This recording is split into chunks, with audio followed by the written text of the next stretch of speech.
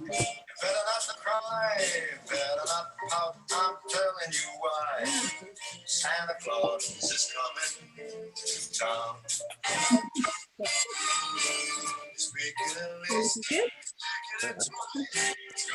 Hello. Hey. Okay. Hey.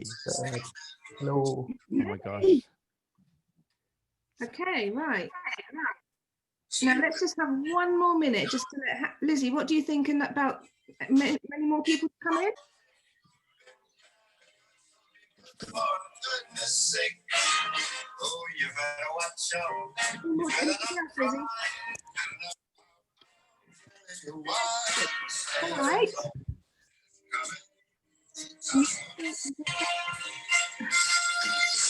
Okay, let's start. First of all, you should all be muted. So give us a wave, say that you can hear me, hear us all. Okay, great, that's good. The reason that we've muted you is just because I expect you've all done a million Zooms by now, and you know that when people start moving around and sort of moving stuff, then the camera switches onto them and then you can hear the noise. So just thought it was easier for that. But with that in mind, welcome to the very festive launch of for the Unwrapping of Theodora Quirke by Caroline Smailes, who you can see there. I'm Claire from RedDoor Press, so I'm the publisher, the very proud publisher of this book. And I'm just going to give you a little bit of housekeeping and then introduce Caroline and Luke, and then we'll get on with the main. Okay, so also I was going to say that my colleague Lizzie, who is Lizzie at RedDoor, should be able to see there, she is on standby if there's any tech problems. So if you do have any problems, sound drops out or anything, message her in the chat box and she'll do her best to get things back on track. So this event's going to run for the next hour or so. Caroline and Luke will be in conversation, as you know, and probably chatting for maybe half an hour or so, and then we're going to open the floor for questions. If you could use the chat box to send over your questions, that would be great, just because again the muting and unmuting thing gets a bit cumbersome. So right, so now I'd like to introduce the Christmas stars of the show to you, and here goes. I met Caroline Smailes back in 2006 when she submitted her debut novel to the company that I was working for at the time. The novel, In Search of Adam, was the result of what Caroline calls a sort of a light bulb moment, where she realised that if she wanted to be a writer, it was now or never, and she had to do it. So she then followed her dream, submitted the book. We went on to publish it very happily. And since then, she's been published by 4 different publishers in many languages around the world. And I think it's fair to say that she can not only call herself a writer, but a best-selling writer. She lectures in creative writing, I'm sure you all know this, and she's the current Royal Society of Literary Fellow at Liverpool University. And I can't tell you how much it means to me to be publishing this book, Caroline's latest book, after all these years since publishing her first novel. So interestingly, while I was meeting Caroline in 2006, I have it on great authority that Luke Cutforth was busy opening his first YouTube channel. This may or may not be true. Maybe a year later. Back in 2006. And although that one I don't think exists anymore, his channel now has over 500,000 subscribers. I think reasonable to say you're pretty much an internet sensation. So we're really delighted to have you here with us. He met, Caroline tells me, you met in 2014 when Luke was sort of slipped a copy of Caroline's book at the time, which was actually her 4th novel, The Drowning of Arthur Braxton, which I believe Luke read on a flight to Australia, loved it, as we all do, and decided that he might want to put in an offer for the film rights. Now, I think there was a very successful Kickstarter campaign to support the film, raised more than the target, and although there's been some challenges along the way, I think it's kind of ready to go, isn't it? I'm sure you're going to tell us a bit more about that a bit later. Luke is the director and writer of the film, so I'm really, really pleased that we've got this this kind of connection, and that Luke is going to have a chat to Caroline tonight. So with that in mind, I think Caroline has a photo that she wants to take, and so I'm going to say over to you both and carry on. Hello, everyone. This is, oh God, I think I'm going to cry already. This is, it's been a long lockdown. I haven't seen people for a long time, and it's just so lovely to see people who I care about and who have been so supportive. It's lovely. I'm going to stop. I just feel really emotional. It's so lovely to see you all. I really do appreciate that you're here, and I'm going to try not to cry because I'm on the verge.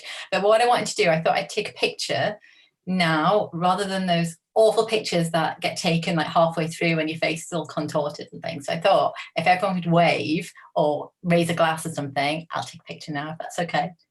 All right. Thank you. I can't fit you all on one screen. I'm going to do two. Let's do another one as well. Thank you. Yeah, priorities. Hello, Ramon. Priorities. Yeah, it's lovely to see you here. Luke, please take over before I just waffle on in an emotional wreck. Okay, well, is that us getting started then? So the first thing is Caroline and I had a little chat before we were coming on, and it was very important to Caroline that this didn't get too stuffy and pretentious, and we all have just a nice evening. So I'm going to start, Caroline, with the question. Could you please explain the quote, "Save Theo, Spitfire and Oral"? Thank you. Thanks, Luke. Well, I can't.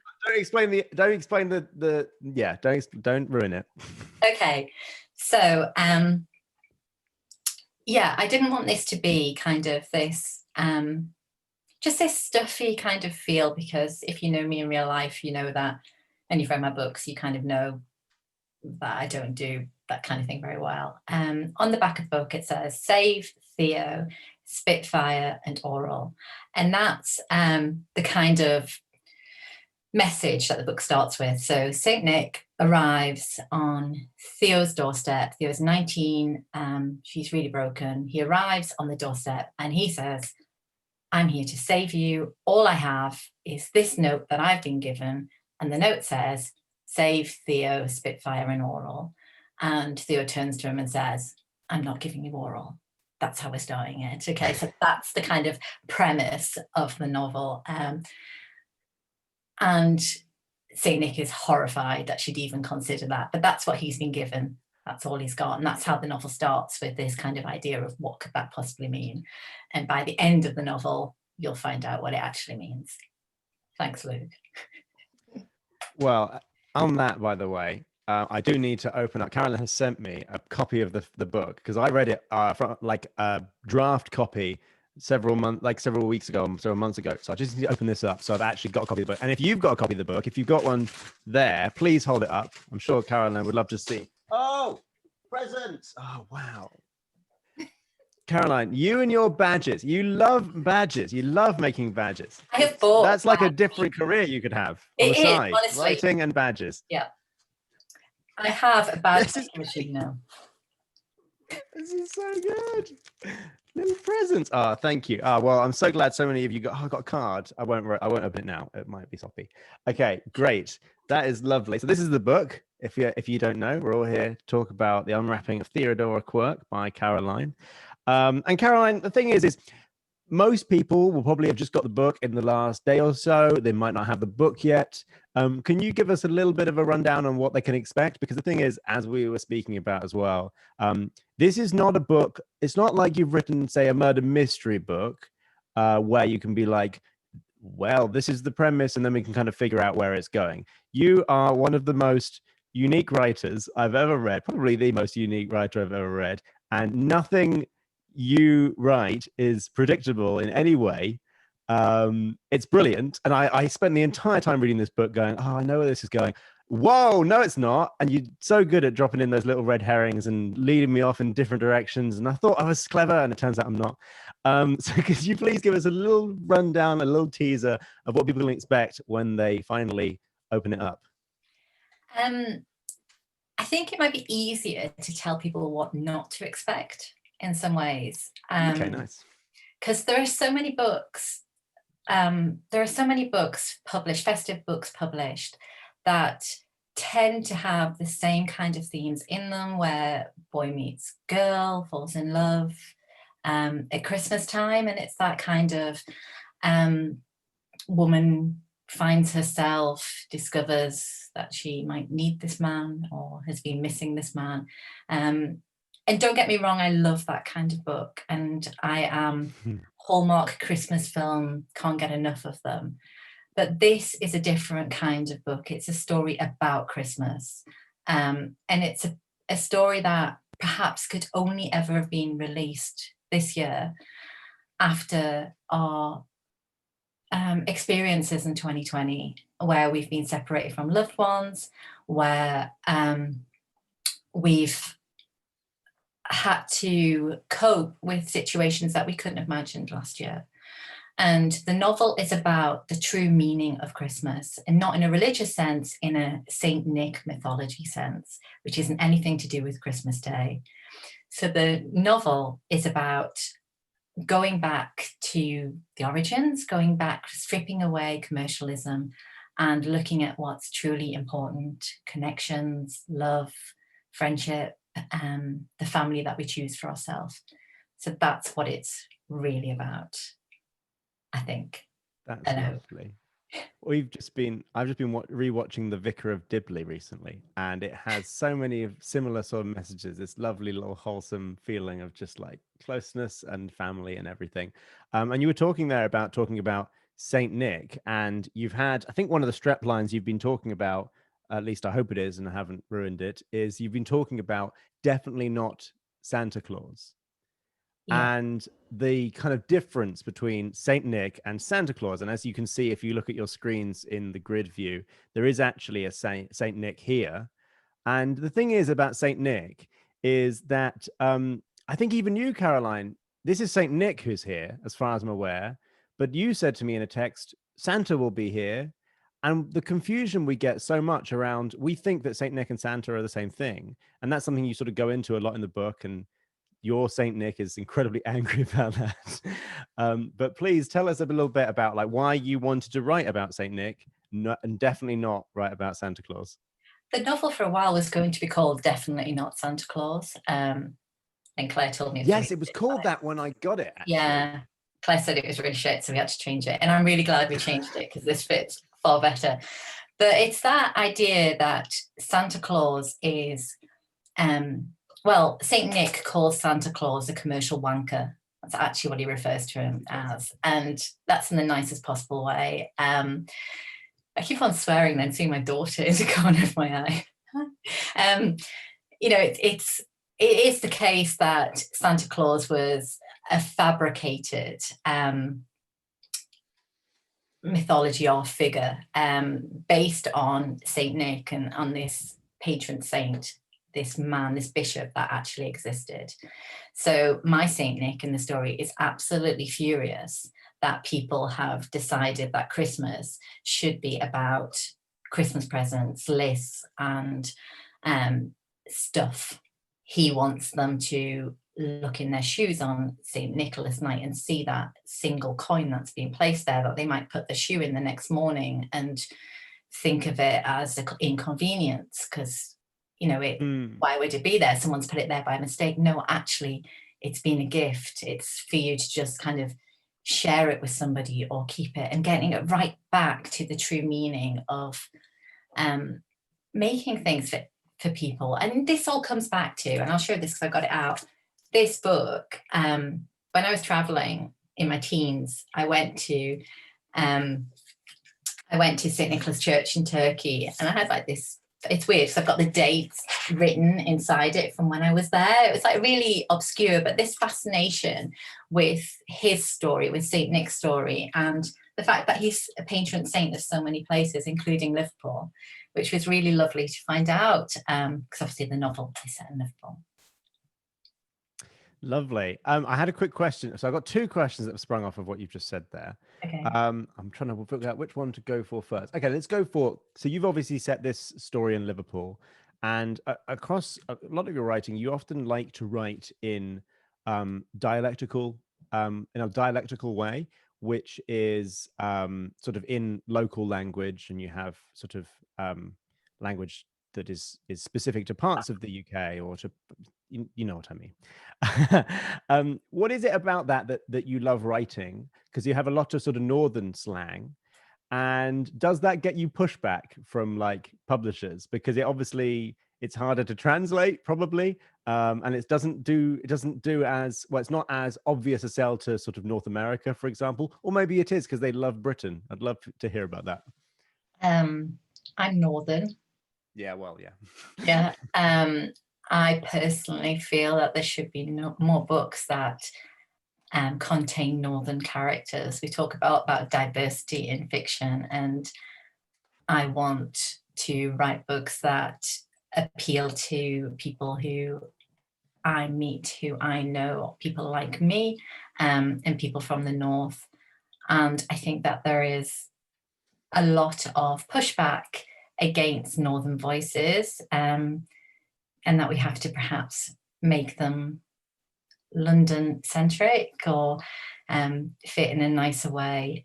And also this idea, when I initially looked to get the book published, and I was told that nobody would want to read about a working class girl from Liverpool, that really angered me and also upset me, because it's this idea that only kind of southern middle classes will want to read, and almost saying that nobody up north can read. You know, we don't want to read books where we might identify with the character inside it. And I think that was a big, it's always been a big driving force for me. I tend to write about underrepresented, or I guess I'm always trying to give voice to people who I feel don't have it.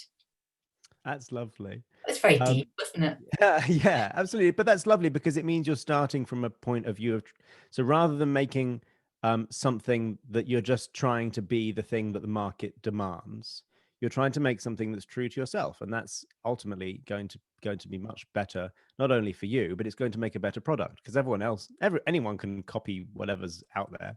But you're trying to do something that's true to yourself. Now, the other question, which follows on perfectly from that, is that the other thing that you do in your writing, and you sort of alluded to it here a little bit when you were swearing, and oops, I shouldn't be swearing, is you're quite rude in your writing a lot. For example, the as we started, save THEO, Spitfire and Oral. And my personal favorite quote from Arthur Braxton, The Drowning of Arthur Braxton, which should I say? Maybe I shouldn't say it. Let me know. No, say it. Go on. Well, it's not actually my favorite quote, but it's something like, she's got right big nipples and I can tell she shaves her pubes and my cock's about to burst. Which, look, that didn't make it into the film we're making. I'll tell you that. But what is it about that? Because I have phone calls with you and you are quite sweary. You're on a professional Zoom for your book launch and you're a little bit sweary, and your books are a little bit sweary. And I don't think you should hold back on it because it's who you are. But what is it? Why? Like, again, do you get pushback about that? And what is it about that you love writing about? I don't think I realise how sweary I am. You need to read Arthur Braxton again. It's very naughty.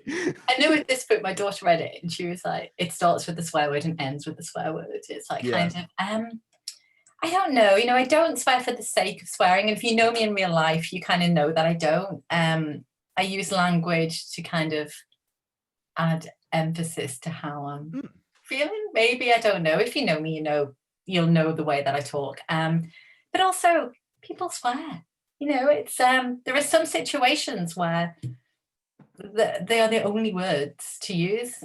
There are some people I deal with, and again, they're the only words that I can use, possibly when I'm not talking to them. But it's, again, we don't want to get to this women shouldn't swear, or but I don't.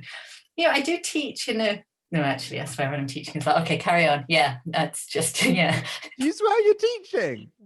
I'm sure there is nobody here that I teach, so I think I can get away with that. No, I never swear when I'm teaching. I teach, at university. They're not primary school. They're not like children. Good, lovely. Well, I think, and the thing is as well, is there are studies that suggest that increased swearing and use of swear words as sort of intensifiers of speech is correlated with high IQ. So that's a good excuse if you ever get told to stop. My last planned question that I had, but I'm sure we'll have plenty more to chat about, is do you think it's possible that one day Saint Nick and Santa could become the same person? I think that lots of people at the Saint moment, Nick, by the way, is shaking his head. if you can't see, it's worth like just going along until you find Saint Nick, because he is here. He is keeping an eye on. If you hit in the top right corner, press view, gallery view, then there'll be 2 pages and Saint Nick's on one of them. Yeah. Oh, there he is. Oh, hi. Thanks for that.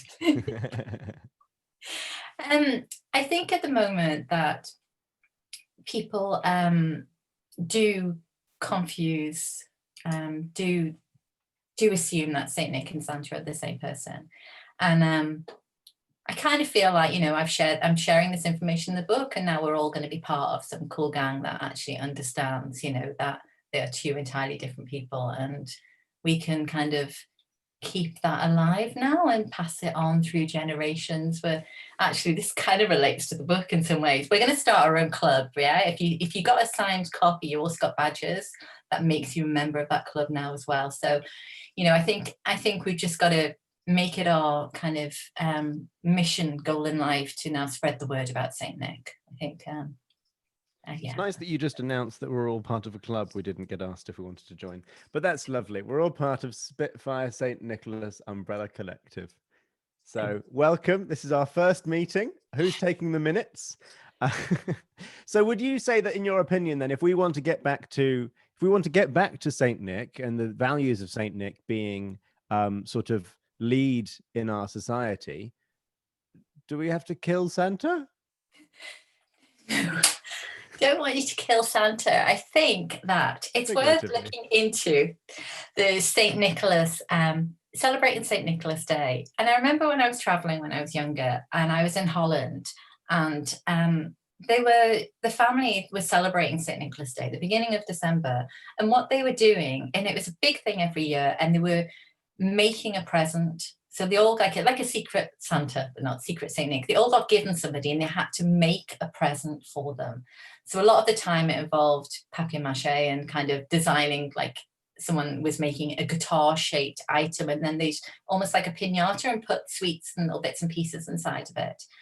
And that, to me, that kind of idea that you're going to sit and think about someone and make a present for them, I don't know, it just, maybe it's my age, maybe it's a product of 2020, but I just love the idea of something handmade, something that kind of says, I'm thinking about you, and I made this for you, you know, rather than getting an Argos catalogue and circling everything and just picking a load of presents. But you know what, I think I'm just feeling so sentimental in 2020 and just missing the people that I love that I can't see. And I think maybe that's why it's the right time for the book. But reaching the audience and people knowing about that, I don't know, but that's, for me, that's what it's all about. So I think that we can separate the two. I think we can celebrate Saint Nick, and then we can celebrate Santa as well. I'm not saying not to have Christmas. I'm just saying perhaps we could just take a little bit of time to do something for someone else. Right. Lovely. Well, I'm good. I'm glad you've avoided the Daily Mail headline, Caroline Smailes calls for the abolition of Christmas.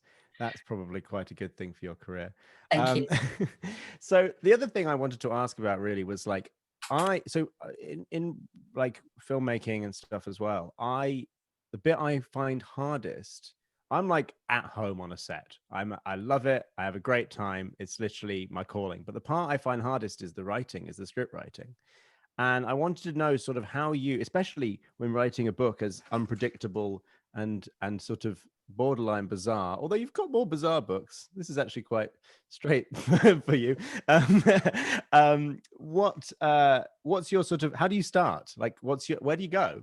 Like, and how did you decide, like, where did you start with this? Is this like a baby of another idea you had, or do you just go, right, time to write about Saint Nick? No, it was originally it was twice as long, and it was this weird there's a scene in the books, when you read the book, there's a scene where Theo's boyfriend gets pulled back by a woman. Okay. And the novel was actually about her as well. So in this all bit that's been deleted, we're talking like 50,000 words that have been deleted.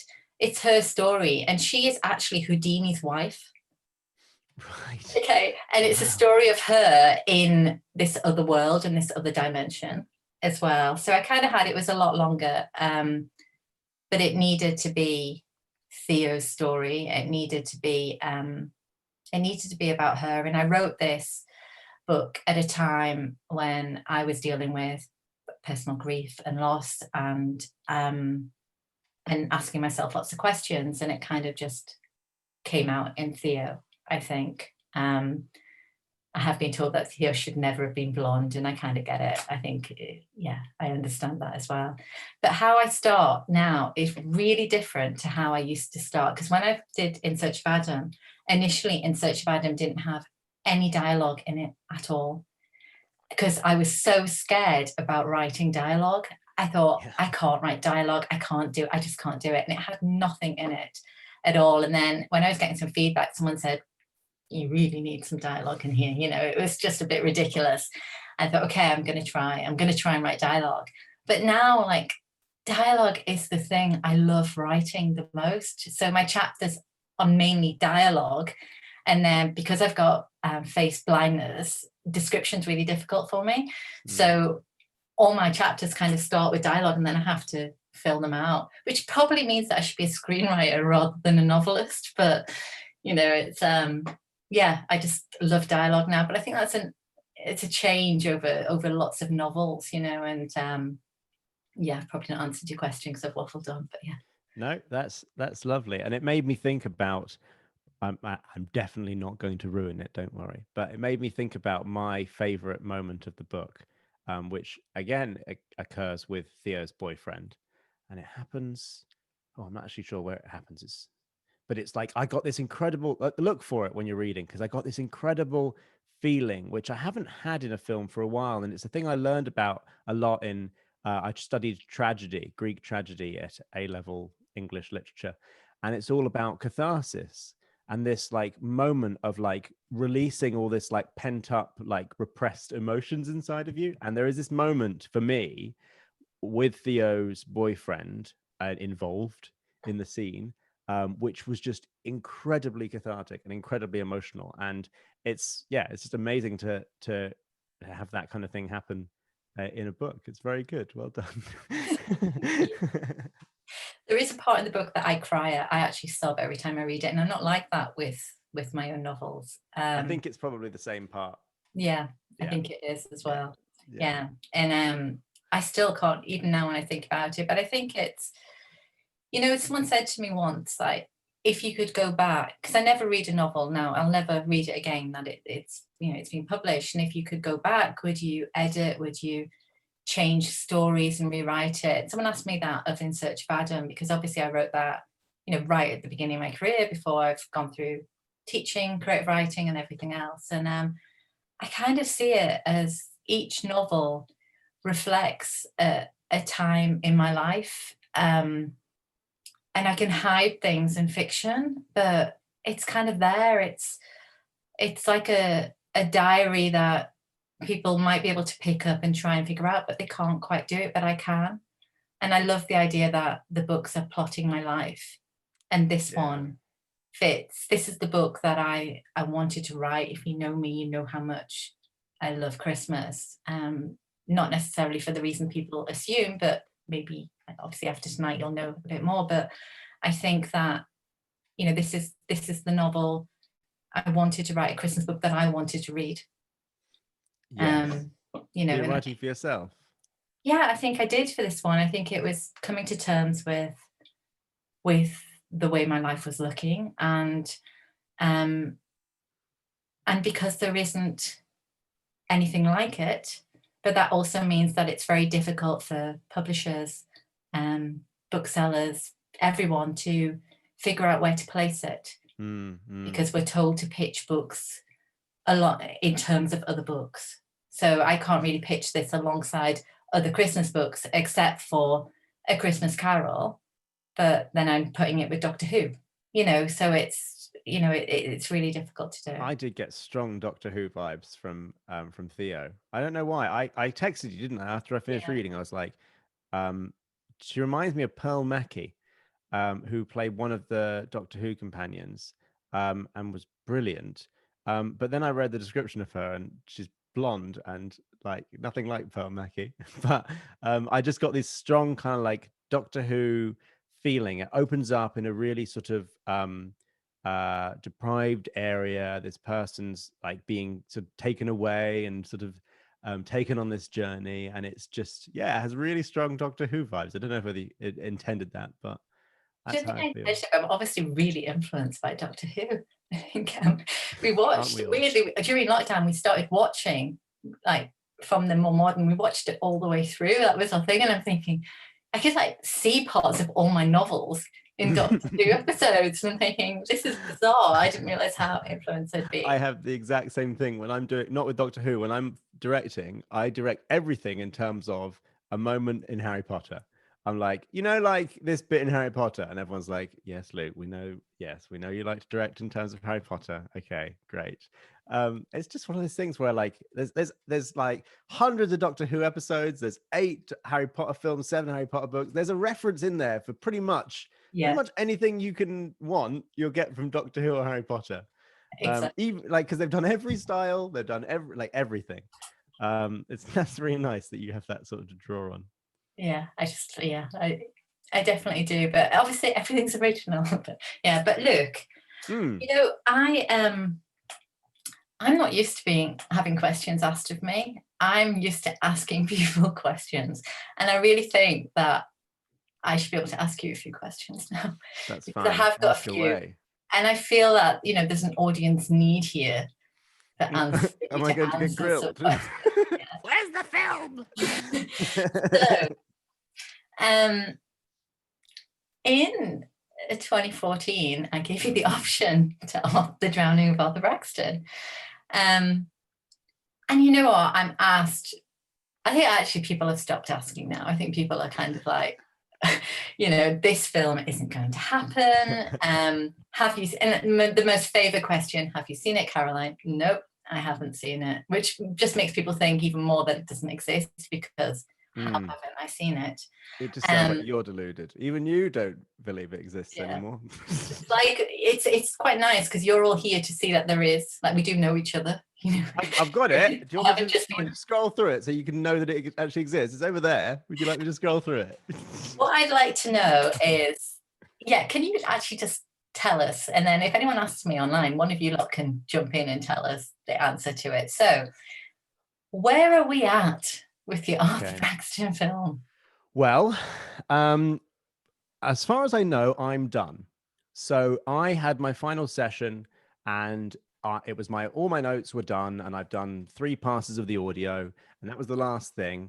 And I can get into a little bit of part of what's been going on, because I think often it gets misconstrued, as I often try. I was talking to you on the phone about this the other day, Caroline, when we were chatting about this. I try to maintain a story of my life that is positive. I try to look at the positives in things. And so I will say something like, you know, look, all these delays are really unfortunate and it's been really frustrating. And I promise you, I'm definitely probably the most frustrated person about this. It's not like I'm having a great time, but part of with these delays has come, I've been able to make the film better in that time.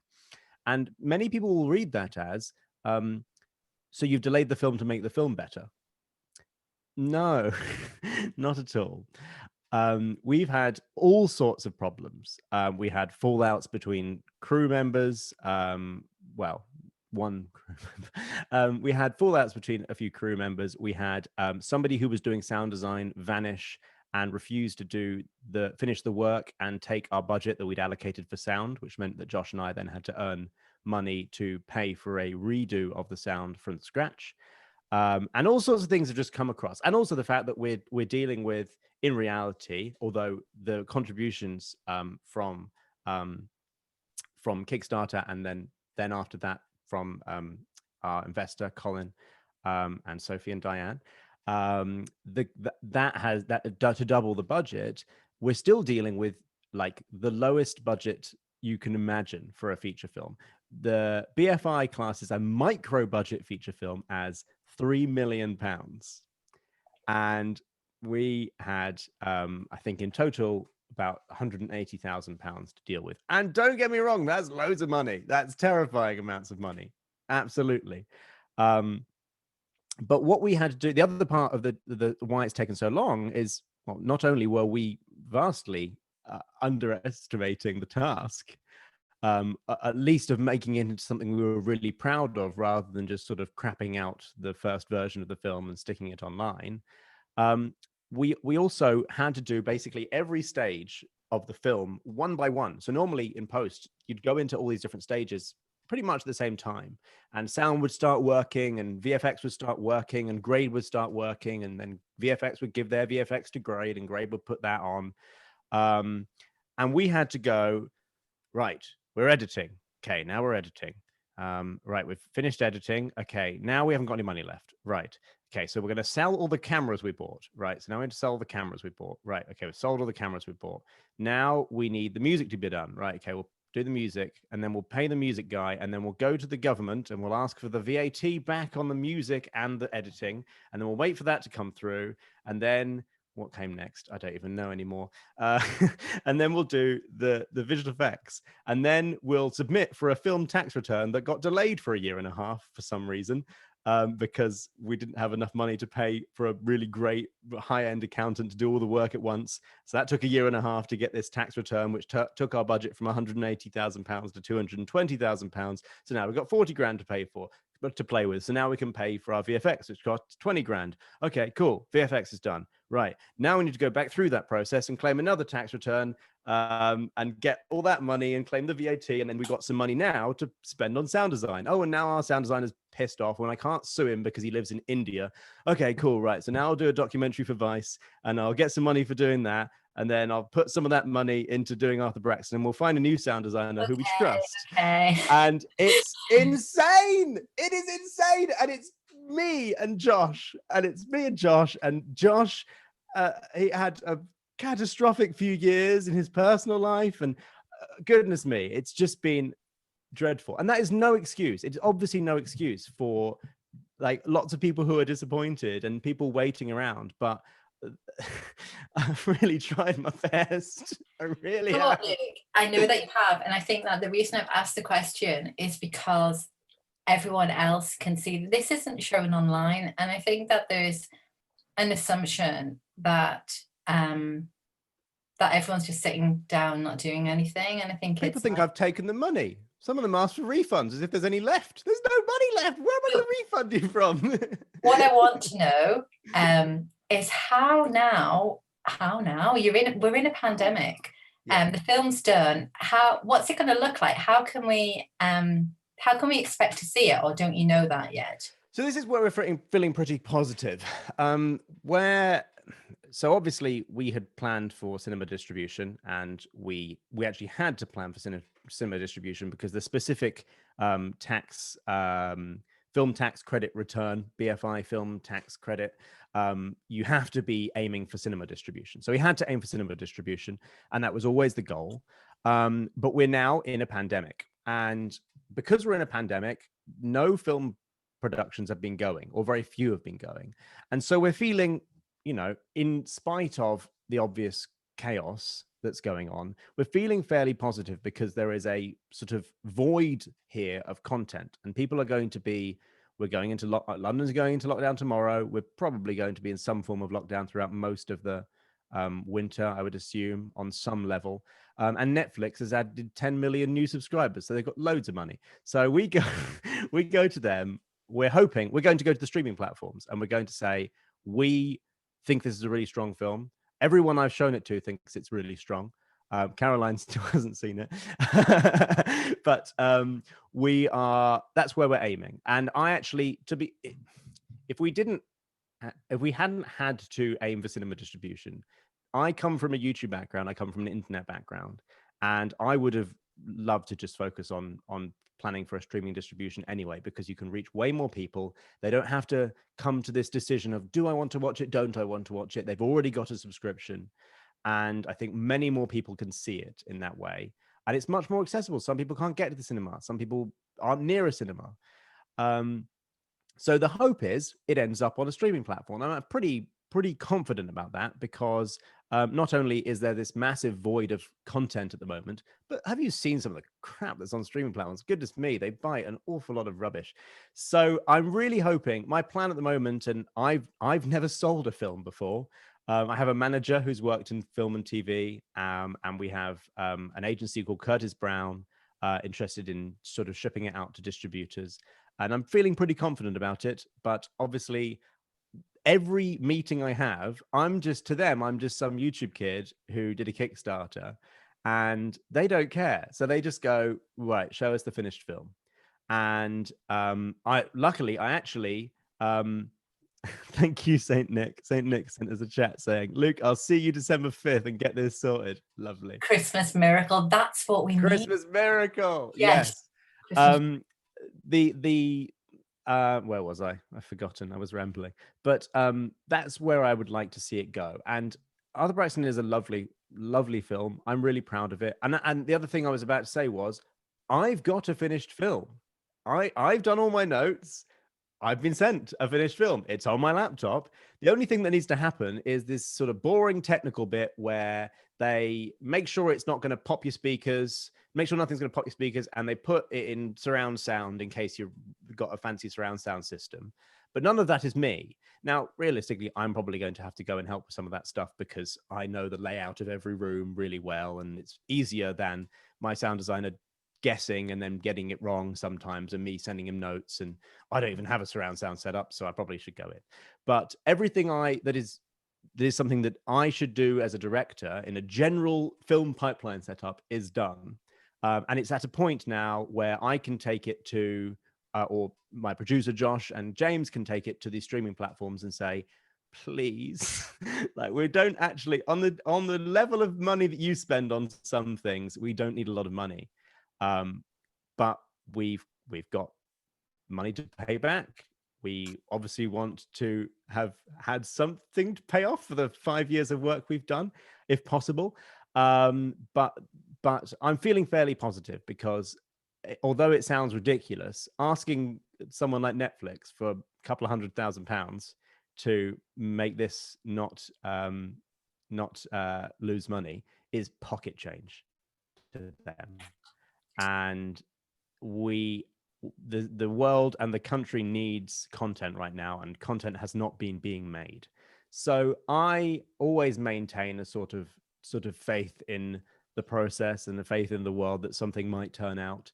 And but maybe that's misguided. We will find out. You have to believe in Saint Nick. I think that's the thing. But I'm actually refusing to watch it.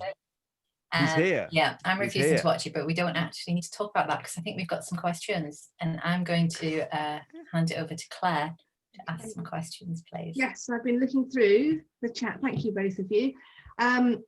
First of all, there's a petition running at the moment to get Luke's favourite line from Arthur Braxton put into the film. So you might have to go back to the beginning, Luke. The petition is running now. Look, I had to not include, we had to pick one swear word. Caroline's sweary, and we had to pick one swear word because we wanted it to be a 12A. So we picked the word which features in the book a lot, but we've omitted all other ones. So unfortunately, my cock's throbbing and gonna burst is not gonna make it. I honestly don't think I wrote that. I just have no recall of that. I think Luke just made I will find it. I honestly think Luke's just making it up for this. What's the next question, Claire? moving on. There's lots of requests for parts in various films, actually. I'll get onto the questions in a minute, but quite interesting. I think that Claire Maycock would like to play Jesus in Like Bees to Honey, if we get that one going. Nice. Sophie, lovely Sophie is here. She is very keen to play Theo in the Unwrapping of Theodora Quirke. I think she would be perfect. And somebody, I can't find it, but somebody asked if you always write Caroline, here we go, Trish. If Theo was made into a movie, would you try to get Sophie to play her? It seems like you always write with her in mind as your female lead as your lead actress. Is that true? Oh, Sophie, I'm so sorry. Yeah, I think we had this with Martha Lost as well, didn't we? It seems to me that all I do at the moment is write characters for Sophie and characters for Johnny Vegas. So just the two of them. That's all I'm doing at the moment. So yes, Sophie, absolutely fine. Off you go. But maybe dye your hair brown. I think I'm going to change my mind. I think Theo has to have brown hair. Yeah. Right, and that's good. And then there's a thank you from Helen saying, going back to what you were saying, Caroline, about writing for people like you. And she says there's research that indicates that one of the reasons people don't read or struggle to learn to read is that they don't relate to the experiences in most books. So thank you. That's nice. Thank you, Brilliant. That's true, isn't it? Now, I've actually got a question, if you don't mind. Hang on, there's some more further down the bottom, but I had a question, Caroline, because we've had lots and lots of conversations about how you write difficult books. Difficult in that, not difficult to read, great to read, but difficult to put into the little boxes that publishers like to put books into. And you've never wavered from writing what you want to write, which I think is brilliant, personally. But do you ever feel, oh, for God's sake, I'm just going to write a thriller and see if I can get that published? Yeah, I think it's, I think with Martha Lost, I kind of went a little bit more commercial and kind of thought, right, I'm going to try remove my voice and fancy fonts and kind of try and be a little bit more commercial. And it really worked because she sold so much around the world, and that's why it's under a different name. But it just keeps coming back to this need to tell stories that are difficult. I write stories about difficult women, and I hate that, but you know, we exist. And I just remember so many times where I've given you books and you've gone, okay, yeah, I really like this, but you know, it's yeah, but it takes someone like, obviously Claire discovered me online, and you're obviously a difficult woman yourself, Claire. You know, that's it must be the case, because you get it, yeah, you connect and you get these characters that other people don't necessarily do that. And I think if I ever write books that everybody likes, then I'll probably start getting really worried. That won't quite be me. I think most of the people who like my writing connect with it on a level that they don't necessarily want to voice, and that's okay. And I think what you say about Martha is interesting, but I don't really think that you moved too far. It was a much more commercial book, but I still think there were so many Caroline Smailes elements in there. It could just have as easily been a Caroline Smailes book. That one was published, I'm sure everybody knows, was published under the name Caroline Wallace, which I think was a mistake, but that's just me. Anyway, there's a far more important question that I spotted here, right from Caroline McDonough Delvis. She wants to know where your badge is from. Oh, it's lovely, isn't it? Poppy, my daughter Poppy, she bought it for me. I've got a bit of a thing about dinosaurs, which I think will, I think when you read the book, you'll realize why it's the most perfect gift. I just love dinosaurs. I think, and you see behind me, can you see the dinosaur there? Yeah, that's it's weird. It's like the only thing that's kind of survived from my childhood to now. And there's part of the book that has that dinosaur in it, but it's green. And it's sort of, I had it as a student because when I went to university, my room was full of, so cool. It was full of dinosaurs.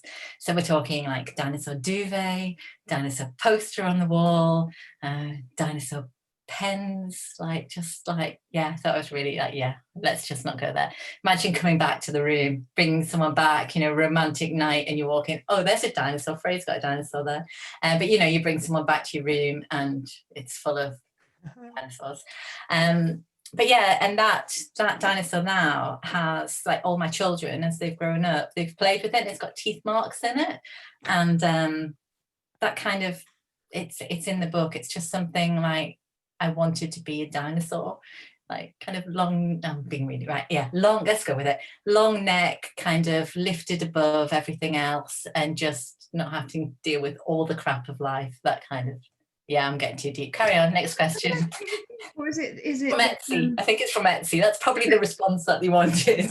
But dinosaurs obviously are such a fundamental part of our childhood, aren't they? And it's like, you don't, you know, I wonder if there's some part that you haven't let go, and that also brings itself into your books, perhaps. I don't know.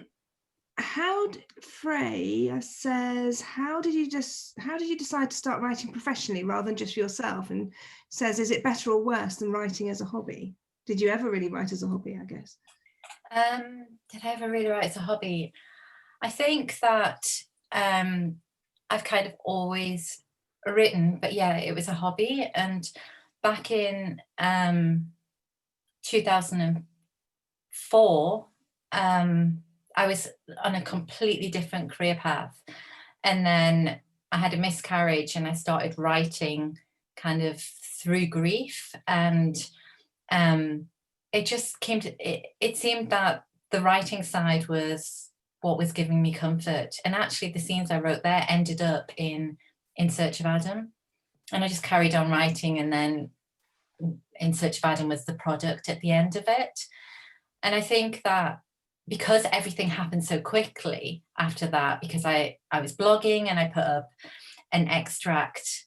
I put up an extract about the first chapter that I'd written, and then Dave Roberts, who I think is here as well, hi Dave, he was being published by Claire, and then he featured me on his blog, and then Claire found me, and it was like this, suddenly I was writing just for me, and I hadn't told anyone I was writing, to being a published author, and there was like almost no in between.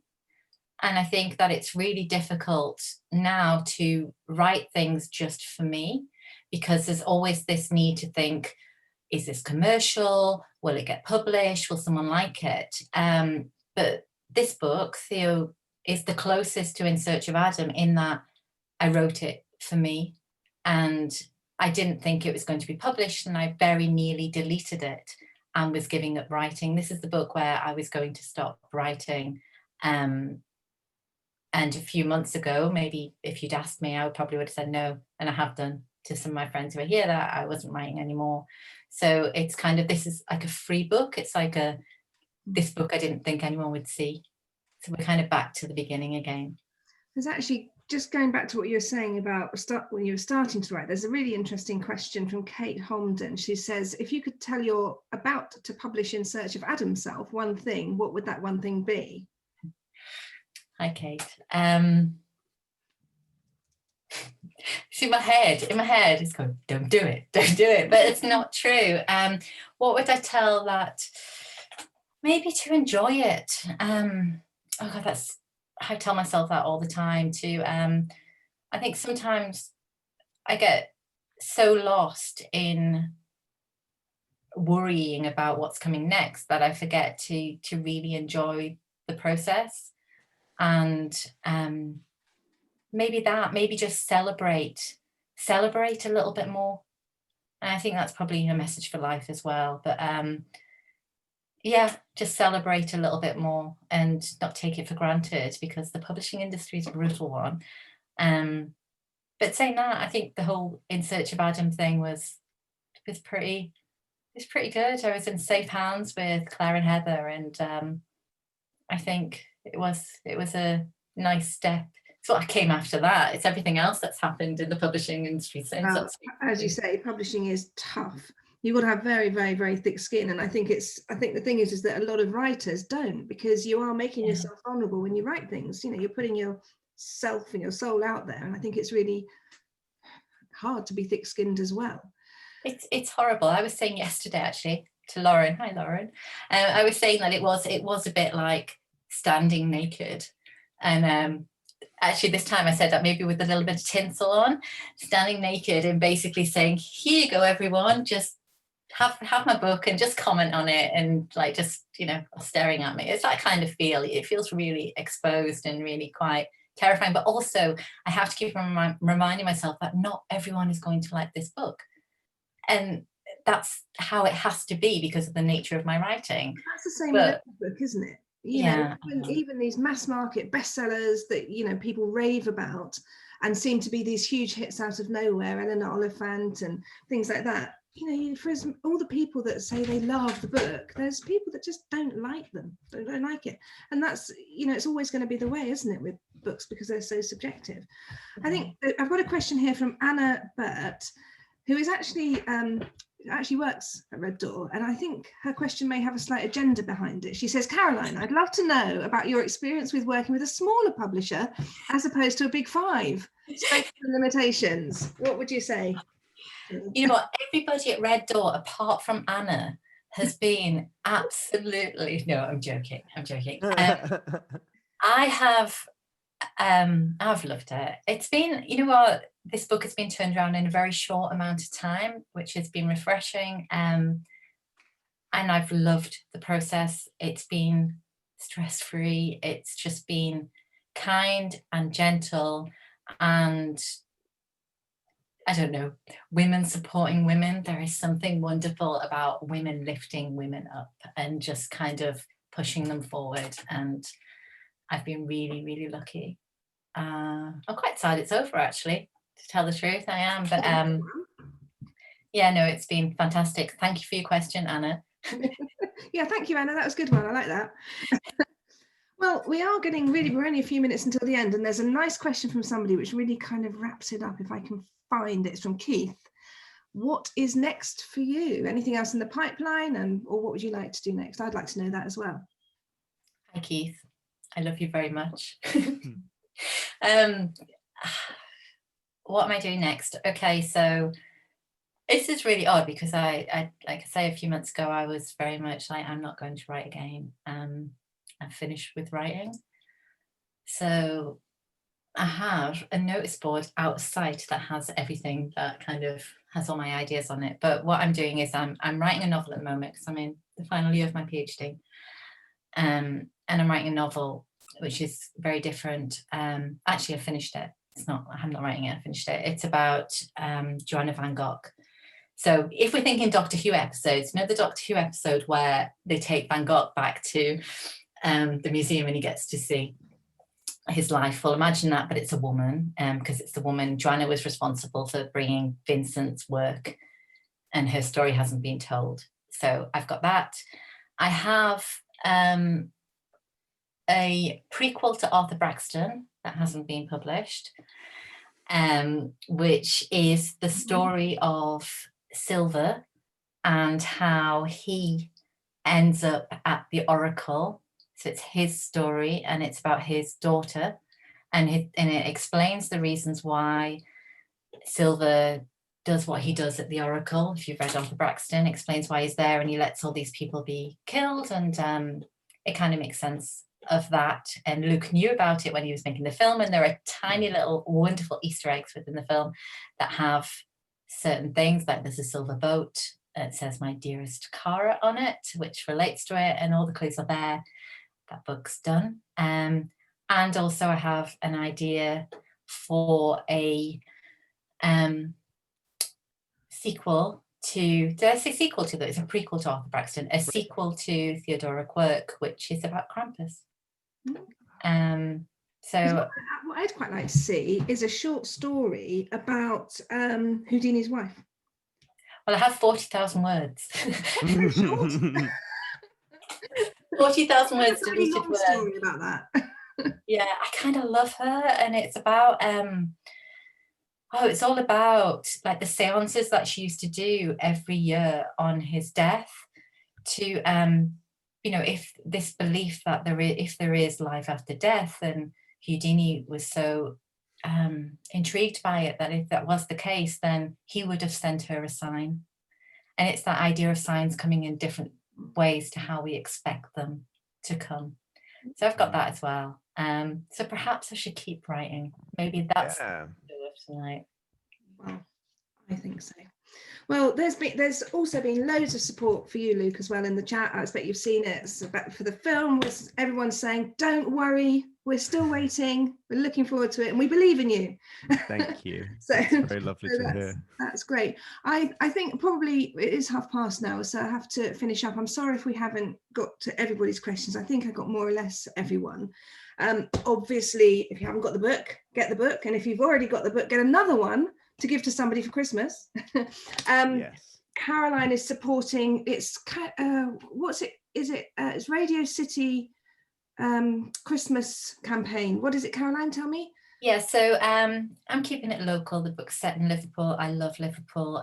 Every year there is a carol concert that raises money for Radio City's cash Mission Christmas, which is to make sure that every child on Merseyside wakes up with a present on Christmas morning.